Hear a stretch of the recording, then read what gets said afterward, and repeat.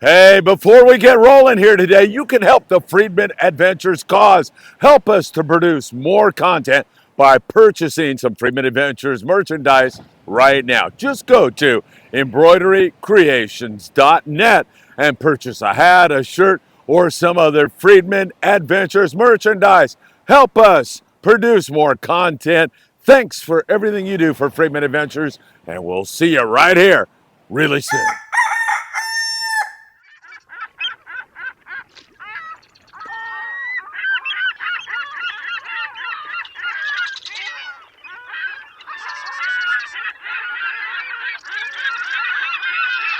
Hey, good Friday morning, everybody, and welcome to beautiful Surfside, California. It is a gorgeous morning. I know I look like I'm standing in Surfside, but at this very moment, I'm landing in Orlando, Florida. At least that's the plan. So I wanted to tape this for you, and at the end of this report today, we're going to have the history of sport fishing interview that everybody's talking about with Michael Fowlkes. I'm going to tag it on in case you haven't watched it. If you have seen it, it's worth watching. Again, Mike is great.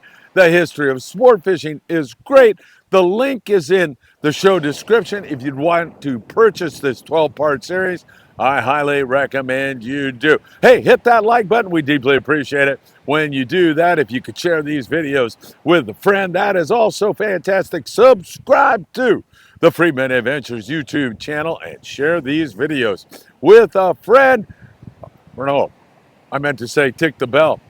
I'm losing it. Tick the bell and you'll be notified with new content. And also, yeah, share it with a friend. While you're at it, we're also on Facebook, Instagram, on TikTok, on Spotify and Apple Podcasts. I think it's the turbulence in the plane that threw me off here as we're landing in Orlando. All right, and we will have Florida content starting here today, so stay tuned for that Friday, Saturday, Sunday. I think Patrick and I might be fishing. My son Patrick and I might be fishing tomorrow. We're looking forward to that. Going to try out some new American Premier rods and reels. We'll have that for you also, so that should be a lot of fun. All right, let's talk briefly about what is going on. And, you know, it's been really great long-range fishing out of San Diego. 8 to 10-day trips have been spectacular.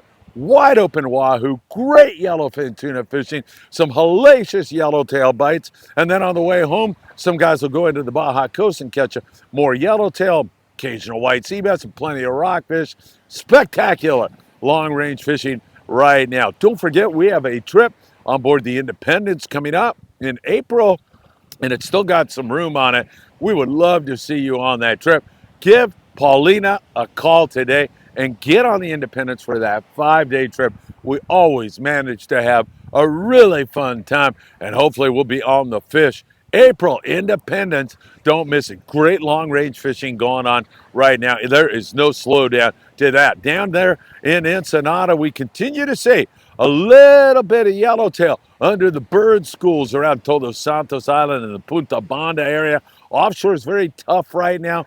Occasional bluefin tuna, but not all that much. A lot of guys are focused on some really great rock fishing down there in Ensenada. Not a darn thing wrong with that, so that is continuing. Tanner Cortez Bank, that bluefin tuna bite out there is hit and miss. There's some 100-pounders in there. The majority of fish, I want to say, are beautiful 25 to 40-pound class. It's mostly a plunker kind of bite that we have been experiencing, so that means 25-pound fluorocarbon. Sometimes you can bump up to 40-pound fluorocarbon. A number 4 circle hook, smaller hook. I'd bring some bigger stuff. Also, choose a good hot bait to make things happen. And yes, there has been some nighttime fish occasionally. We've seen some pretty good nighttime bites if you get on the right bunch of fish. Other times you drive around all night long and never stop. It's just the nature of the game right now. So keep that in mind. Anywhere from 350 gram jigs to 500, depending on wind, current, depth of fish. You want to be fishing 100-pound spectra and 200-pound bite leaders. There's been some good hits, and this fish is available from San Diego all the way up to the Channel Islands, where the Endeavor has a 2.5-day trip with our friend Eddie Berrigan coming up here. You're going to want to become part of that. You can give Eddie a call or send him a text and get on board the Endeavor 2.5-day October trip. How can it get any better than that? I'm telling you, this very difficult to get on that rig. So make sure you try that out this morning. Right now, Daniel Holloway taking off on the Island Spirit out of Ventura Sport Fishing. Hopefully, he's going to come up with that deep water cod. Daniel, we're watching you from Florida. We'll be doing a coast-to-coast kind of interview here in the very near future to see how he did. All right, so out there on Tanner Cortez and Cherry Bank, I should say, that fish moves around quite a bit. It's been hit and miss. There's also some really great opportunities for rockfish, especially when you move into San Nicolas Island. It's been spectacular in there, but I'll get to that in another moment. All right, let's talk islands. Coronado Islands, really some excellent opportunities at the Yellowtail, but a lot of boats making it kind of difficult. But several of the sport boats have been coming up with, I want to say from 5 yellowtail right on up to almost 70 yellowtail. It's dropper loop. It's yo-yo iron. The fish are deep right now. 6-ounce, 8-ounce torpedo sinkers. Heavy jig is a yo-yo iron. The type of jig you're going to choose is going to be heavy, so you can get deep. And the methodology, also referred to as yo-yo, is winding on it fast until you get a bite. And you don't set the hook by rearing back on the rod. Nuh-uh-uh-uh. You set the hook by turning the handle. Just keep grinding until the fish pulls line against the drag, and you are on them. You own them, especially if you're fishing that 60-pound. That is the way to get it done. So Coronado Islands, pretty good potential there. A lot of boats, and I suspect we're going to see even more tomorrow, Saturday, and Sunday. We'll keep our eyes on that for you very, very closely. San Clemente Island, some bass, rockfish for the most part. Catalina, some excellent big rockfish going on for the El Patron, the Pursuit, and several other guys. You can get on the El Patron this weekend, if they have room, by going to www.longbeachsportfishing.org. Fast, speedy, great galley, great crew. The El Patron out of Long Beach Sport Fishing will put you on the fish, and you'll enjoy your time on board there. Really a great ride indeed. And then we look at San Nicolas. We reference that great big rockfish, great big sheephead, big old Pez Blancas, whitefish. It's been really great fishing up there in the Channel Islands when you're fishing out of Ventura or Cisco's. We continue to see some halibut being taken up there. The Aloha Spirit's been pretty hot on that flatfish here recently. The deep water cod has been magnificent. Daniel Holloway and the Island Spirit are out there doing their thing right now, and we're hoping they're going to slam them. There's still room on the Saturday trip, and kids fish free. On Sunday, this weekend, Island Spirit.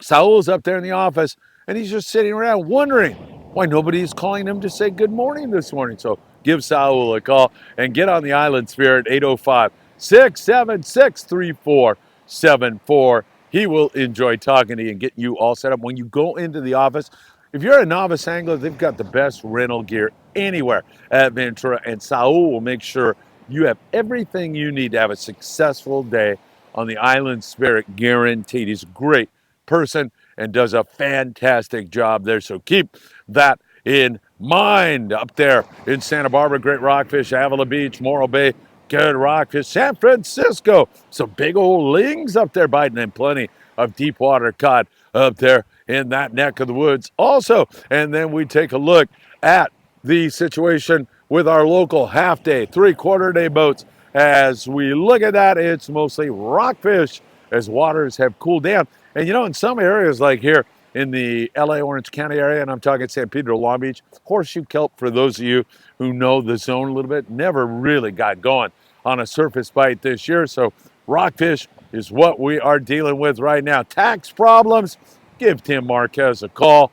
Right now, he'll unravel your tax problems for you and also for heating and or air conditioning needs. You want to call John Lopez at Efficient Heating and Air Conditioning. John's a great guy, and he'll take really good care of you. So up and down the coast, that's what we've been seeing. I see some pelicans here in the surf, and this is perfect surf fishing weather as we transition into that report before we go to that interview with Michael Fowlkes from the History of Sport Fishing. You're going to love it. Stick around for that. Even if you've seen it, stick around for it, because I need you to be watching while I'm landing in Orlando. Up and down the Southern California coast, the water's cooling down. That means barred perch and a lot of good bar perch fishing. You can take those things on those small grubs. They bite those really well, and also you can catch them on sand crabs. Down there at Big Fish Bait and Tackle in Seal Beach, California, they've got all the bait you'll need for a successful outing in the SoCal surf. And you know, when the budget's a little bit tight and you still got to get your fishing fix in, man, there's nothing like this right here. Once you buy your rod and your reel, you're all set, man. You can even come down here and dig up your own sand crabs. Save some bucks that way. Take the kids or grandkids out for a fun day in the surf. There's nothing like it. Down there around Huntington, bar perch, pretty good. Here, we still see a little bit of yellowfin croaker, but more perch biting here in Surfside, California. Seal Beach, we're seeing some halibut on the Lucky Craft Lures. John Garma's been all over that. And up there in the Santa Monica Bay, there's still a few Corvina around the Topaz Rock Jetty and up there around El Segundo, but a lot of perch starting to fill in there also. All right, my friends, getting ready to land in Orlando here this Friday morning. So I'll be seeing my grandson, Finn. I can't wait to see him, my son, Patrick, his lovely wife, Kaylin, and everybody that surrounds them down there in Florida. And maybe tomorrow, Patrick and I will be doing some fishing. We haven't really planned anything out, but you know, for my entire life, that's been the game plan. We just land somewhere and figure it out and look for some fun adventures and opportunities. And I'll be bringing you along on those opportunities in Florida this weekend and for the next couple of weeks. Take care. Have a great one from Florida a little bit later this morning. I hope to see you really, really soon.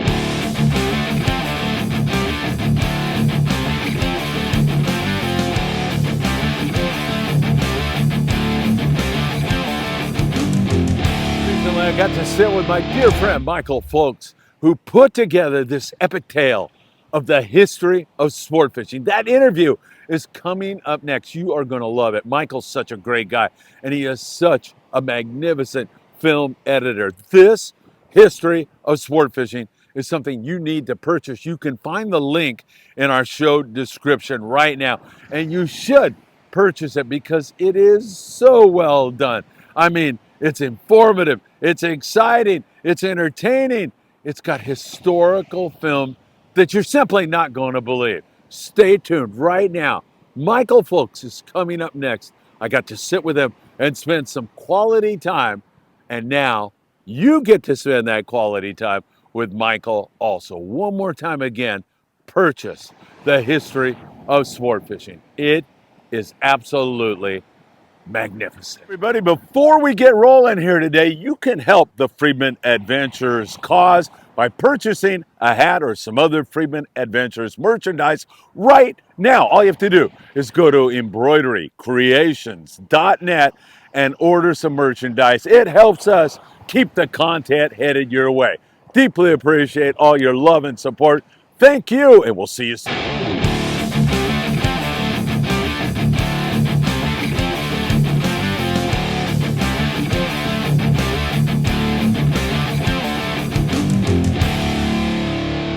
Michael Fowlkes, how are you, my friend? Philip, I'm good, sir. God, it's so good to see you. You too. Man, it's been so long. You and I go back a long time. In fact, I remember, what was the name of the yacht you were running?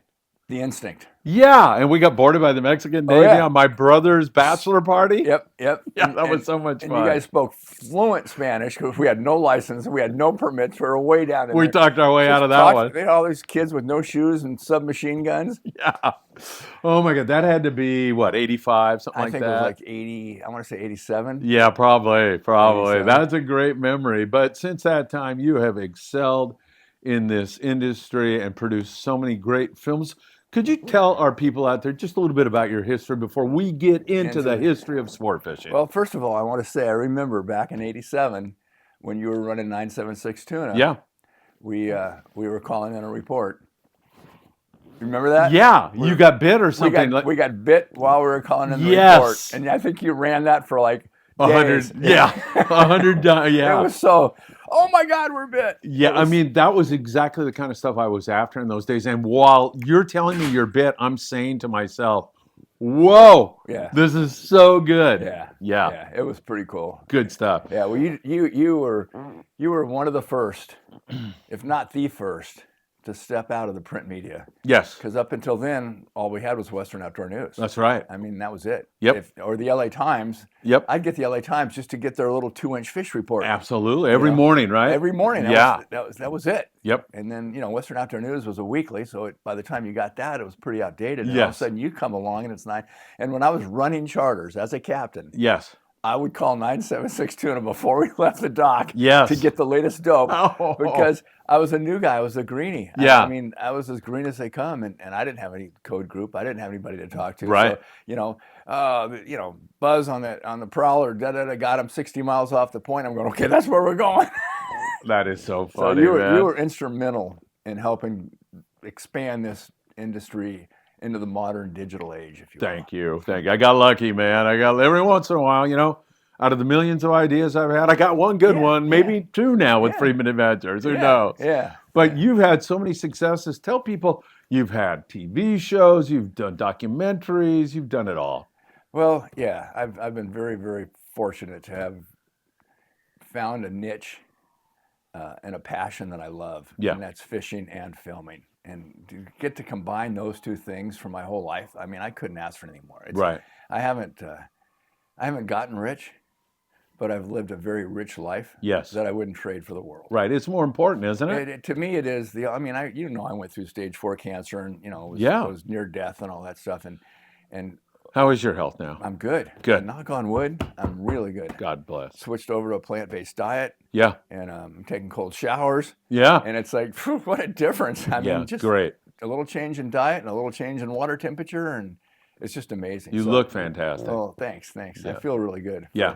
For an old man. Yeah. But I lost track of what we were talking about there. Well, just your history in this business, the stuff that you've accomplished. It's, weekly TV show for so many years. 30 years. 30 years we ran Inside Sport Fishing on Fox. Yep. And then now it's over on Prime Video, so you can watch it on Prime. Yeah. And then, I've always had this idea in the back of my mind about wanting to do the birth of big game fishing. Yes. When I found out that the first tuna and the first marlin and the first broadbill swordfish ever caught in history on a rod and reel were caught off Avalon. Right. I went, oh my God, I never knew that. It's in our backyard. It's in our backyard, and I never even knew it. So I started, I've always been sort of a history, fanatic. I love documentaries, and I love collecting old tackle. And I can see that. It's beautiful. Yeah, it's just fun stuff to, fun to do. Yeah. And when I found out that those 3 species had been captured off Avalon, I decided I'd really like to tell that story. So it was kind of an idea of the endless summer. Bruce Brown meets Ken Burns for sport fishing. Yeah. And I said, all right, I can come up with probably 60 minutes of stuff that really captures the story. So we started digging in the Avalon Tuna Club, the museum, Santa Catalina Museum, the Santa Barbara Museum, Balboa Angling Club. I mean, everybody that heard about it said, oh, what can we do to help? And I said, you got any money? No. No, nobody had any money. But they did say we've got some great archives. We've got great photographs. We've got old videos. We got old movies. Yeah. You're welcome to anything in our vaults. That's great. And that started to open the door. And then the IGFA heard about it, and that's when the floodgates just opened. Yeah. IGFA is a treasure trove of historical. I mean, that's what they do. They're the record keepers. They're the bookkeepers. Yep, 100%. Yeah. So Jason opened the doors to the IGFA and introduced us to Trout Unlimited and Bonefish Tarpon and Trust, the American Museum of Fly Fishing, and Orvis and Dial. And the industry just said, what can we do to help? Yes. Because we're not selling a new product. We're not selling a rod or reel or a new sunglass or some suntan lotion. We're selling the essence of what the sport of fishing is all about. Yes. And how important it is, how it all came to pass. Exactly. And how it's been going on for thousands of years, right? Since the beginning of time. Right. I mean, man has fished for survival since the earliest recorded history. And there's a primal thing about a hookup still, isn't there? Oh my God, there's nothing. I mean, you know, every guy that's ever caught a fish in his life knows that oh, I'm bit. Yes. That's the moment. Yes. After that, I don't care what happens. Exactly. I don't care. Here you go, Phil. Yeah, pull this catch it. I want to do tuna. that again. Yeah, I'm going to go do this again. Yeah, I love working on the boats because it was all hook and hand. Yes, you know? you don't have to deal with No, the you don't have battle. to You deal just with get it. that cool. Here Yeah. you go, sir. But yeah, it's woven itself into the very fabric of America's soul. Yes. As well as around the world. I mean, there's 250 million licensed anglers annually. Yeah. Worldwide, and Yep. 50 million just in the U.S. 16% of the population fish. Yep. I mean, it's the #1 participatory sport in the world after walking. Yeah, that's crazy. So more people fish than snowboard, ski, play tennis, pickleball combined. That's amazing. So- It's funny you say worldwide because I know when I was in China or Vietnam or traveling around the world, I would be walking along a river or along the seashore and I'd look out and see a fisherman and immediately felt a brotherhood. Yes. You know what I mean? Yeah. Couldn't speak that language. Nope.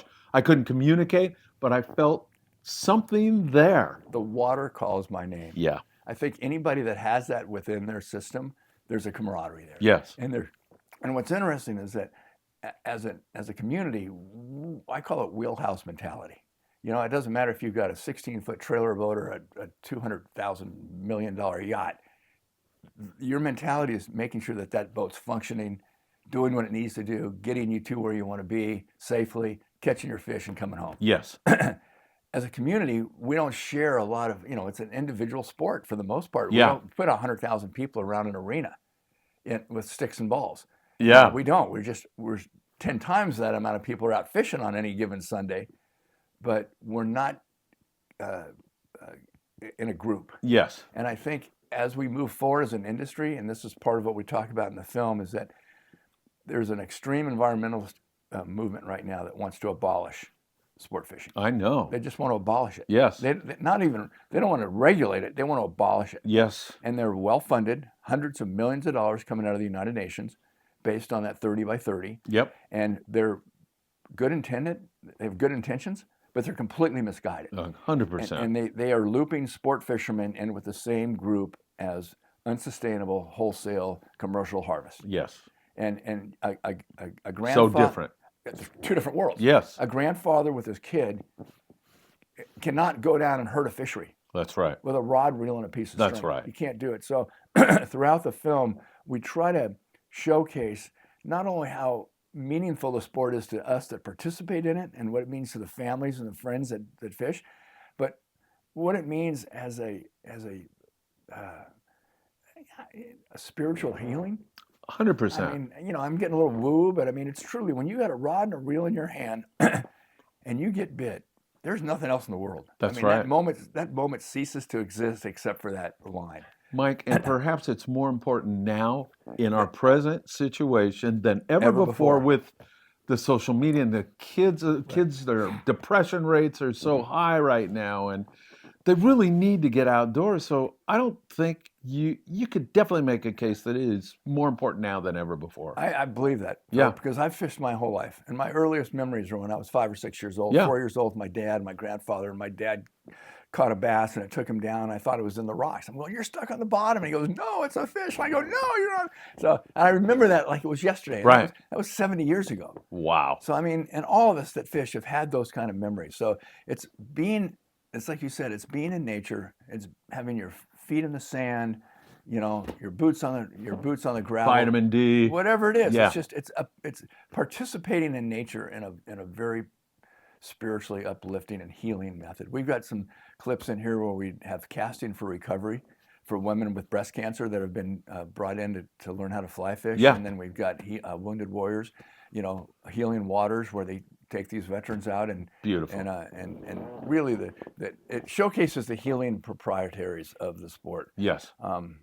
And in the film, it's fishermen are loving it so far. The reviews have been off the chart. I mean, I'm sure. Yeah, it makes me feel so good because I sat in here for 4 years, had no clue what I was doing. It was like, oh my God. Yeah, I laughed when you said, "Yeah, I can do 60 minutes Right. on that." Yeah, oh my God, right? You right. had no idea what you were getting into, No, did you? no, and we've always cut to content. Yeah. So if you got good content, you just keep cutting. Yes. And it ended up being 12 hours. So Wow. we've got a 12-hour, 12-part documentary series that covers from the very first known painting of a rod and a reel. Oh, you're kidding. You go back that far? That is great. All the way through. Yeah. And we go all the way through to contemporary 4K action, conservation, children, and the future of the sport. Wow. So it's in all the disciplines. Bass, we've got Ray Scott, who started BASS. Yeah. We've got an interview with him that Ken Duke shot before he passed away that's never been seen, when Ray Scott's actually talking about how the idea came to him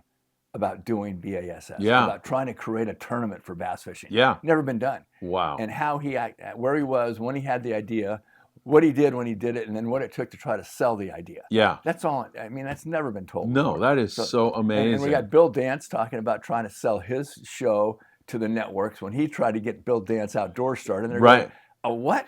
A fishing show? No, we're not interested. Yeah. So it's really, really great stuff. Joe and Lean Wolf, early fly fishing. And I'm sure you're icons. doing like the long range, we got San Diego Frank, stuff. Bill Poole. I mean, we talked about the whole legacy of Bill Poole and what he did for Southern California sport fishing, and then how he's passed the baton along to Frank, and Frank's passed it on to, his mentors and all the guys that are down there that are now third generation really of long range fishing, and how Southern California's fleet and really Bill Poole just elevated the sport. Yes. And we're the only Southern California long range boats are the only fleet in the world that fishes this way. Yes, I know. In the world. With the bait, the live bait. Live bait and from an anchored boat, and it's and people around the world just really cannot conceive of what we have out here because they just can't fathom, 116, 120 foot boats that are capable of going 5,000 miles and taking 30 people out for weeks at a time. Yes. They just don't get it. I know. So so professionally done and such great food and it's accommodations gourmet. that are great. Air conditioned rooms and Wi-Fi, Starlink and everything else. I mean, it's phenomenal. Yes, it's phenomenal. It's what Southern California has always done in the industry's always filtered through and rippled through the rest of the country. There's some controversy early on about the first big fish ever caught on a rod and reel. Yeah. And I was thinking it was tuna, and it really wasn't. It was tarpon in the late 1800s. The first big fish that was ever taken on a rod and reel was tarpon. Was that in Florida? It was in Florida. Yeah. It was in Florida on old bass gear. They used to fish Wow. standard bass gear, Yeah. Kentucky reels. And that was really sort of the beginning of it. And then as the Continental Railroad got completed and we kind of migrated west and east and west, and there was a big competition between Florida and California for a long time about, who had the best fishery. Oh my God, Mike, I'm going to Florida on Thursday. I think I can come up with a great promo for the West Coast and East Coast for the show. Yeah. I'm going to have to catch a tarpon back there and then plug the show you put together. Have you jumped a tarpon yet? I have not. Oh my God. No, I've not. When you don't really catch them. Yeah. You jump them. So if I jumped 15 tarpon a day, it means you got 15 bites. Yeah. And you didn't catch any, but who cares? Yeah, exactly. You got the aerial display. That bite is just, when they come out of the water, do Yeah. that initial, and they're magnificent, 100, 250 pound fish. And you're right there on the beach. Yes. Right. I mean Patrick is talking, my son, I'm going to visit him, and he's talking about, Dad, we're going to go check out the mullet run when the mullet come on the beach. And this is what you're referencing, right? Right. Man, that just gets me all fired up. Oh yeah, tarpon. I love tarpon fishing. It's an amazing fishery. Yeah, all the time I spent in Costa Rica, I was teaching down there, so I didn't do that. But when I went back, I've done some fishing out of Croc Bay and some areas like that, and that's a great tarpon fishery there also down in Costa Rica. Good stuff. Yeah, it's beautiful. You've been all over the world. I mean, I've been lucky, Mike. Yeah, we have. We've both been. Yes, lucky. Absolutely. So the chronology of this film is millennium. It really is. It's somebody looked at it the other day, and a potential investor, and he was thinking, you know what, this is a timeless piece. It has no expiration date. Generations of people are going to be looking at this just like we are now, because it really covers the entire history of the sport as it evolved from an active survival into the sport it is today. And the neat part is that we blended historical old archive footage in with contemporary action throughout the whole series. So it's not like you're watching a didactic history film. You know, to me, it's always been entertain first and educate secondly. 100%. If I'm being entertained, I'm absorbing whatever it is that 100%. the filmmaker wanted me to look at. I took that exact same philosophy into a 4th grade class in China. I knew that if these kids were not entertained, you're going to lose them. They're gone. Yeah. They're not going to learn. Nope. So you're so right about that. You just nailed it. Entertain first, educate secondly. Yeah. And the education will come. Yep, exactly. Yeah. And it's set up for family viewing, so it's something the whole family can sit down and watch. You don't have to watch it in order.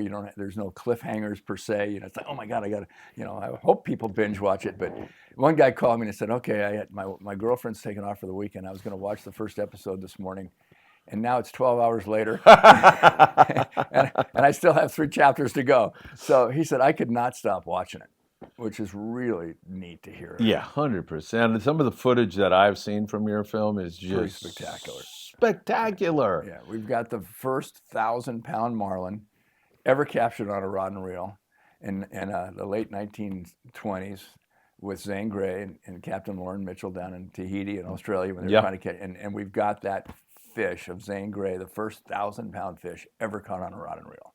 So we have that film. God, the original 35 millimeter God film Almighty. from the Zane Grey estate. Yeah, so we've got really interesting stuff. We got great old Bill Poole footage. Tommy Gifford, controversy on the first kite. It was a West Coast design. Yeah. George Farnsworth was the first guy, and he was a boatman in Avalon, and he used to have his passengers swear to secrecy that they would not say how they caught the fish. And for 2 years, he kept it a secret. And then finally, on the 4th of July, he flew the kite through Avalon and said, "This is how we're catching the tuna." My God. Is that amazing That was or what? amazing, And now, the Farnsworth Bank people fish that. Now they'll put some context to it. Right. They'll know who the guy was. Yeah, and we've got him. We got pictures of him with a kite, and it's just, and the evolution of the Star Drag reel, Boshin's reel, and that's just great stories. Just really interesting, fascinating pieces of the history, And plus, you mentioned a moment ago, you never knew that the birthplace of big game fishing was Avalon. How many people do you think out there didn't realize that? And now they're going to know how their sport came into being. Yep. Yeah. Yep. And I think we've done a really good job. I'm very proud of it. All the work I've ever done, I think this is my flagship. Yeah. This is somebody said it only took you 4 years to do it, but it took your entire life to get to that point. Yeah, but I mean, I would never say it only took you. That's 4 years. And I know how you work. It's not like you were out here, I'll do 10 minutes today. No, it was 40, 60-hour weeks and no Christmases, no holidays. Yeah. This was kind of like, I felt like a mother with a nest, and I just didn't want to leave the eggs too long for somebody. I was afraid of a fire or a mudslide. Yeah. So, it just, as more and more work got done, the more oh my God, what are we going to do? So anyway, it was incredibly challenging. I'm not a very tech guy, so I have over 400 terabytes of data wired into this system. Wow. Yeah, there's like 26 drives tied into it. Oh my God. Yeah, so it's a massive undertaking. If it hadn't been for this lady by the name of Tammy Edmonds-Hahn, who called me out of the blue after seeing something on Instagram or Facebook that we'd posted up about doing the series, she called me and said, "Hey, my dad was a photographer at the Miami Herald, and he helped start the Met, and he's a photographer, and I've got a bunch of old pictures of his that have never been seen, that are 4x5 negatives.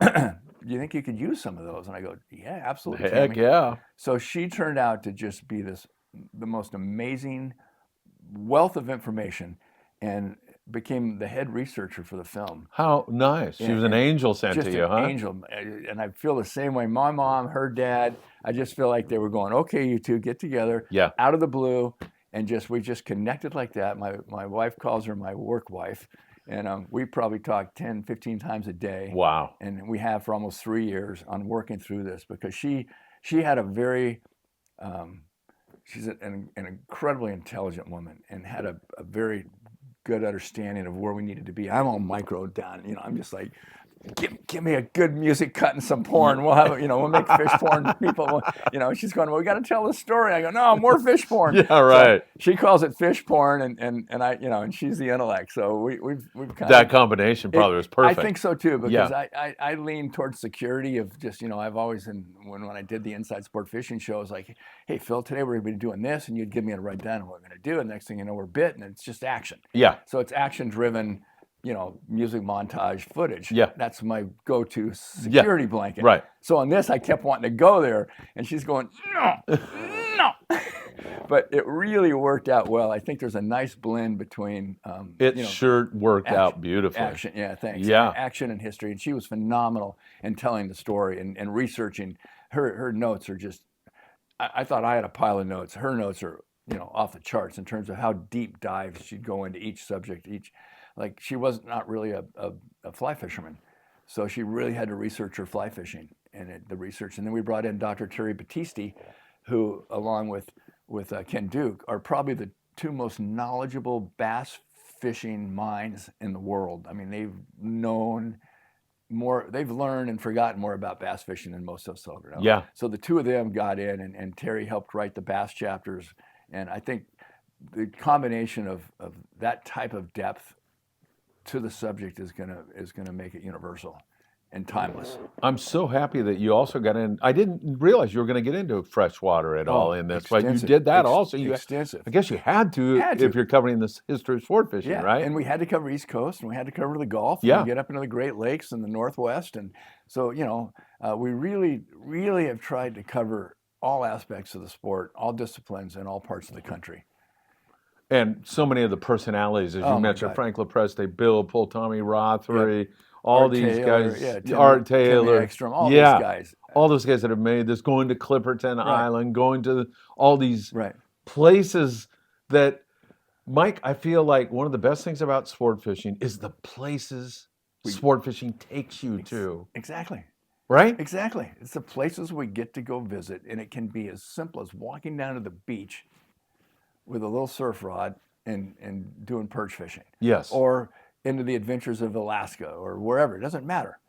I mean, it's the essence of the sport is the same wherever you are and whatever you're fishing for. And some of the ancillary stuff, like you're going to catch a fish, but you run into a pot of orcas. Oh, yeah. Or these things that people that are on dry land, or deer fishermen, they never... 2,000 pound sunfish. Yeah. Yeah, how amazing. How blessed are we to see that stuff. I know. And it's all part of sport fishing. Yeah, it really is. Yeah. And the family bond, I think, is the coup. I mean, every person I've talked to says, oh, my dad, my grandfather, my mother, whoever, my uncle, it's all mentoring. Somebody had to take a child fishing. Yes. To give them that introduction. And like you said earlier, today's with all the electronics and the instant gratification, fishing takes work. You don't just go down there and put a rod in the reel and get bit. I mean, you've got to put in the effort. And I think that's part of what helps educate and helps build character. I agree. I mean, because if you're doing it right, you're researching the topic, you're preparing. Yep. It's all that preparation that pays off when you get out on the water. Yep. And you have to research. What are they biting on? How's it going? How's this all going to play out? And then you can take that exact philosophy and apply it to your business plan or your marriage or whatever, right? Exactly. It's soul enriching. Yes. And personality, character building. Yes. And fishermen are pretty cool people. They are. I mean, they're down to home. They're down to earth. Yes. Surfers are cool. Yeah. Fishermen aren't so cool. Yeah. But fishermen are really, really good people. Yes. And they'd give you the shit off the back. Mike, I tell you, we're doing a constant, every year we send clothing down to Mexico and everything. Everybody says, you're the greatest guy who ever lived. It's not me. I go on and I say, hey, guys, we need some. You have no idea. I mean, it gets to the point where 22nd Street Line is ready to kill me. We have so much stuff, and then we have to move it to a warehouse. But I mean, I'm amazed at people that just show up with fishing gear and medical supplies. Shoes or medical supplies. Right. Yeah. And those are the fishermen that give me so much hope about the people in this industry. Yeah. It's beautiful. Well, and I think, too, that to me, fishermen give me hope for this country. Yeah. To be honest with you. I mean, when you come down to the basic fundamentals of why we're here, what we're doing, what are we doing with our lives, fishermen have an essence about them that it's a connection through nature. And I think they appreciate the planet, Yes. the sunshine, Yes. and the clean water, Absolutely. and the healthy fisheries, Yeah. and clean beaches, and clean rivers. And I mean, we have since the beginning of time. Yes. So there's certain attempts to demonize fishermen, but what you're Exactly. pointing out is exactly, the reality of it. exactly. And the film showcases that, and it was done in a way that hopefully our lawmakers that maybe don't fish will have a better perspective of what the difference is between a commercial, unregulated wholesale slaughter harvest Yeah. and a grandfather and his kid and a rod and a reel and a bobber. Thank you. That is so beautifully put. So That is a message that needs to get out there. yep. And as a community, there's so many great communities. The CCA, American Sport Fishing Association, Keep America Fishing, Fish for Life. I mean, there's just Rollo.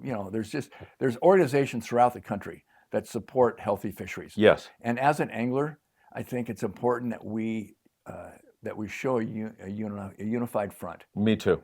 We just don't have it. We don't have the cloud of the NRA, and No. we can't sway. We don't, because of the wheelhouse. The 100%. It's the wheelhouse mentality. We're isolated. I don't really want to have anybody next to me when I'm fishing. Yeah, right. I don't want anybody to know it. I don't know where this corner is. This is my spot right here.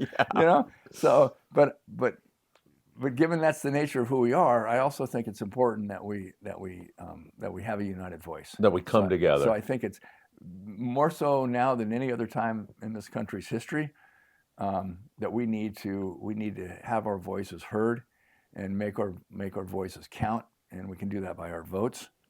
Doesn't matter. I don't care who you're, red, blue, or black. It doesn't matter to me. Just make your voices heard. Do your research. Make sure you're not just swallowing the propaganda. 100%. And makes decisions. And as an anglers, I think we can do that with our pocketbooks by donating to American Sport Fishing Association, $5. Trout Unlimited, CCA. It doesn't matter. Just let your voice. And part of what we're doing with this distribution on the film, you asked me about how we're going to distribute it. Yeah. Netflix said, yeah, we loved it 20 years, in 2020 when they were buying everything they get their hands on. Right. But now it's all shifted, and nobody in Hollywood's 87% of the business is off, so they're not buying. So we went to this direct marketing affiliate program, basically. And Jim Packer, who is the president of Lionsgate, said, you follow what they did with The Chosen, which is a story about baby Jesus. Right. And it was produced by Jesus people. And they basically, to their affiliate churches, said, hey, we've got this series. And it was so successful on the internet that Lionsgate acquired the license and now distributes it worldwide. Oh, wow. So Jim said, you show me that anglers care enough about this sport to watch it, we'll buy it. Oh, that's great. So part of it is trying to get the momentum and the word of mouth out that, yeah, there's millions of anglers that have paid $50 to watch this. It's a viable marketplace. 50. That's it. $50 for the entire. $50, you get all 12 chapters. Wow. 12 hours, and then for $75, you get another 24 hours of the best of inside sport fishing. Oh, shoot, that's great. Tribute to tuna, big boat, big Oh my fish, God. marlin off the rocks, deep color. Some of those things I remember watching The as classics. a kid. Yeah, Yeah, the like, classic. oh, I want to do that. Yeah. Tribute to Wahoo. So we're putting those in as a premium package for another $25. But How do people purchase? And what do online, they do? just go to historyofsportfishing.com. Yeah. Yeah. And then once you got it, then you can cast it to your TV. You can download it on your phone. You've got it forever, right? Yeah, it's basically a 12-month deal. Yeah. We don't automatically renew, so it's a 12-month. The way that the system's set up, it's a membership deal, but Yeah. it's not auto-renewable. Yeah. We'll send you out notices, and you can cancel anytime. There's no obligations. Yeah. Yeah. Just watch it. So many people dismiss fishing as, or I think they have in their head, it's some guy that goes out on a boat and puts a hook in a dumb bait and throws it over and gets a bite and catch fish. What What's could the be wow? so profound about that? You have pointed out grandpa and the grandchild, the places that fishing takes you to, how it teaches you how to prepare in life. It's way more than taking a bait and throwing it in the water, right? Exactly. And this film points that out and so much more. And it does it in the way that I teach. It entertains. It's going to be so entertaining, and then it becomes didactic. Yeah, It teaches. exactly. You learn from it. There's a lot of history to it, and it's woven itself into the fabric of our souls as a country and as individuals. And we can't let that go. We've got to be united that we want to protect our right to fish, our right to participate with nature. And the extremists today are saying, hey, we should only participate as observers, that they think humans should not interact with nature in any capacity, which is insane. It's insane. Yeah, it's going to hurt. It's going to people. hurt. It's going to hurt millions of people. Yes. And millions of jobs. Yep. And we're one of the industry, if it was a whole, would be in the Fortune top 500. I mean, it's a $50 billion a year industry. Crazy. $50 billion. Yeah. With boats and motors and travel and equipment. It's like people just don't register it. And it's a huge, Johnny Morris does. He gets it. Yeah, 100%. Yeah. And he gives it all back too, which is really cool. We got Bill Shedd and Yvonne Chenard and Johnny Morris and these guys that are just giving back in a way that's just inspiring. Mike, you have woven yourself, and so has this film, into my heart and soul. I value our friendship so much. Thank you. Congratulations on such a fabulous film, my friend. Thank you, sir. And thank you for having us here in your beautiful home. This for- has been great. Thanks for coming down. History of sport fishing. Don't miss it.